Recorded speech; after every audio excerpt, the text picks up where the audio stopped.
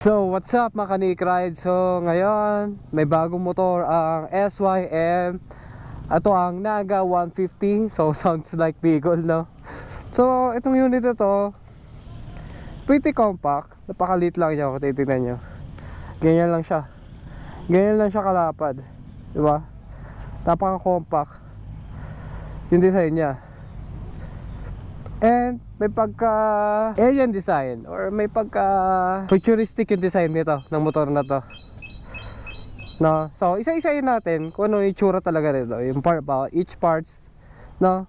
I-visualize natin. So mag-umpisa tayo sa headlight. So sa headlight, ito makikita natin, ganito na lang siya, diba?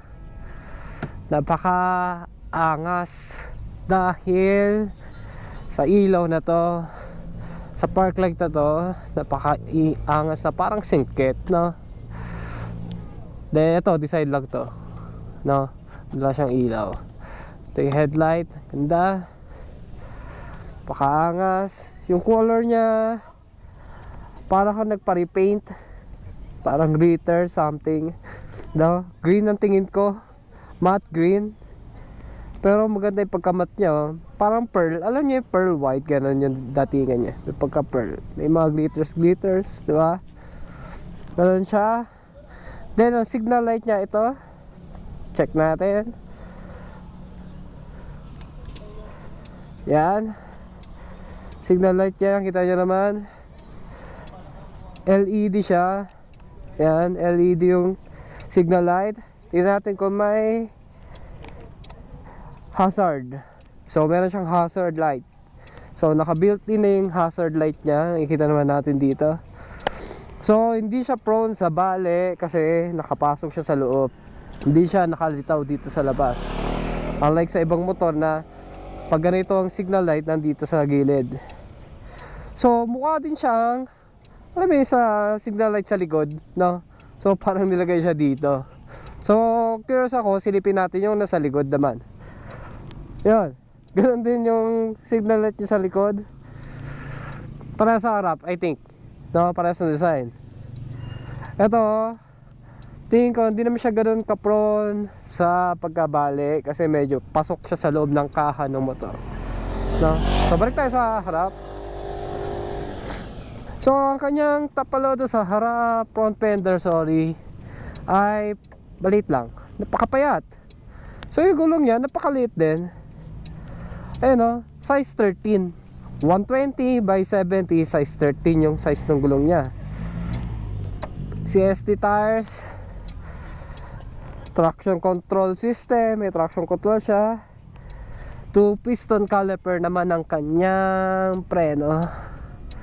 Ayan. Yan, ang cute ng gulong niya, size 13. Compact na compact ang datingan. So pwede kayo maglagay dito na mini driving light. Ayan, dito. Dito na, pwede na kayo maglagay dito. Patayin natin ang hazard. So pagdating naman sa side mirror, common lang siya. Pretty common. Yan, ganyan. Common lang siya. Pwede nyo palitan pag trip nyo. Yan, log to isa, hindi nagpitan. So pagdating naman sa switches, high beam, low beam, hazard, alam na natin yan. Signal light, kick push start, ito, sorry, preno, to preno, ito yung preno nya. So pwede nyo palitan pag trip nyo. Then engine switch up and on. So push start siya. Yan. Then meron siyang type C charger dito, kung makikita nyo. Type C charger here. Meron siyang diretsong type C, tapos meron siyang USB type. So meron siya. Ayan, meron siya nakalagay na do not use USB in the rain. So ina-advise niya na huwag kayo maggagamit ng charger kapag bulan. So yun yun. So ito naman yung gas tank, dito nakalagay sa harap. Diyan siya, diba? Yan, di mo na kailangan bumaba ng motor para magpagas. Then try natin open yung panel nya. Open natin. 1 2 3. Yon, so ganoon siya. Ganda yun sa personal. Digital ang kanyang system, colored TFT display. So makikita natin dito RPM. So try natin paano gumagana ang RPM nya.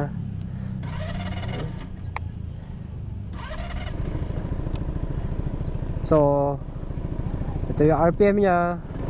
Yan, makikita nyo naman.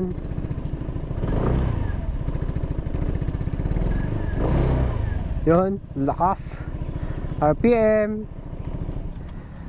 Fuel gauge. Ito, fuel gauge. May odometer din, tsaka oras. Di ko sure kung na-update tong oras. Di ko naman alam gawin yan. May button siya dito. Yan.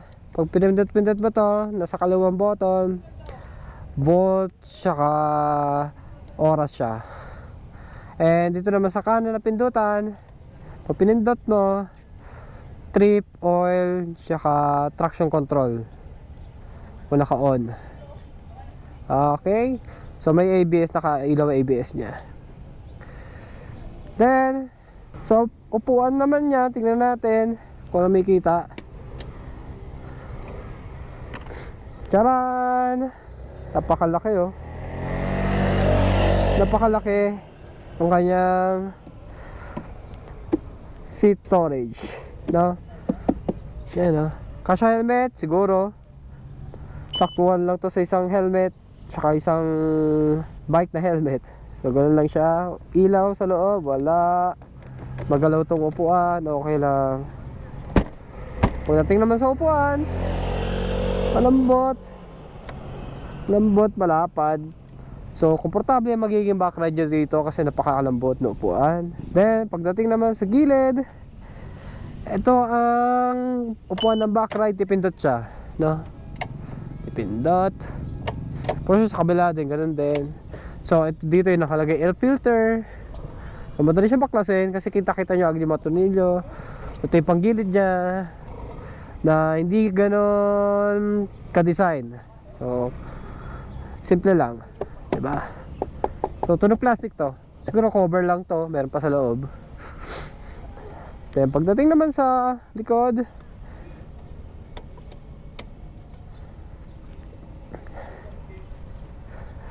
rear light nya, ganyan, LED na parang pag ganun, no? Ganda. At wala siyang tapaload dito, no? Naka-underneath na siya. Ayan o, ganyan siya. Maganda to kasi paporma. Kung titignan nyo sa likod, paporma na talaga siya, no? Hindi na kailangan patanggal. Pogi na. Signal light, ito. Ingatan nyo lang. Then may ilaw siya dito para sa plaka. Removable pa? Tingin ko, oo. Pwede nyo tanggalin to dito. Saka dito. May mga bolts dyan. Ayan. Saka doon. Yan. Pwede siya tanggalin pag trip nyo. Pero huwag nyo na gawin. Sayang lang effort nyo. Pipe nya, ganito. Ganito lang siya. Heat guard. Pag nawawakan, sabi. Common yung pipe. Pero pingin ko, pwede nyo palitan. No? Tapos shock nya dito. Dito ang shock nya, nakaslant. Hindi siya katulad sa ibang scooter na nakatayo. Nakaslant siya. Ginagawa yon para mas compact yung itsura ng isang scooter or motor, diba? Radiator nya ito.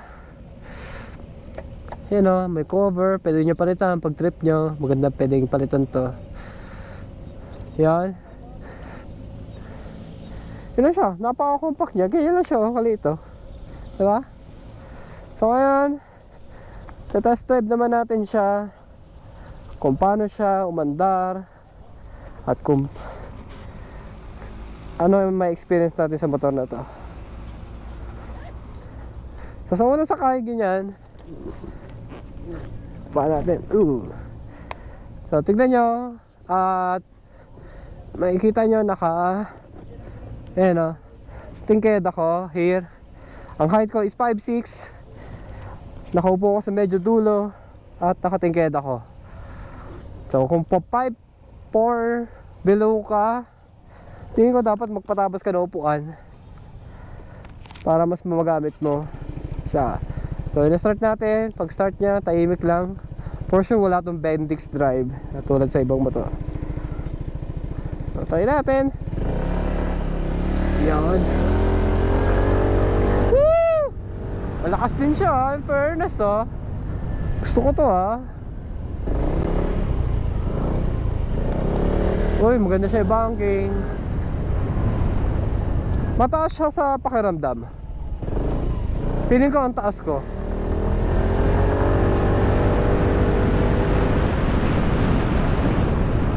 Uy, ang ganda.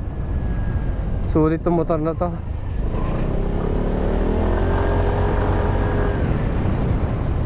Dali siya i-banking. Hindi ka kakabahan.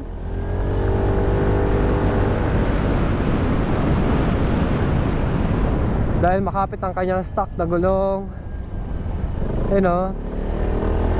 Hindi ako expert sa pag-banking, pero alam kong maganda i-banking tong motor na to.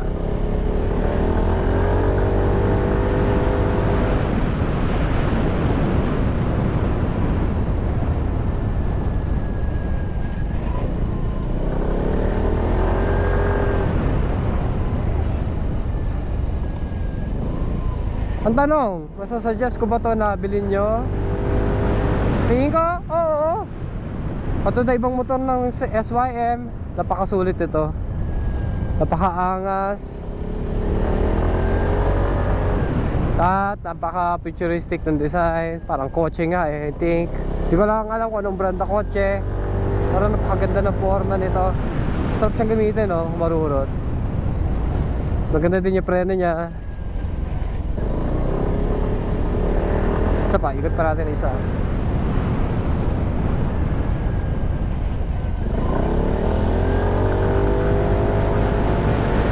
Walang bitin, sarap gamitin. So, dito na tatapusin yung content natin. So, this is Nick Ride. Ride safe. Ciao.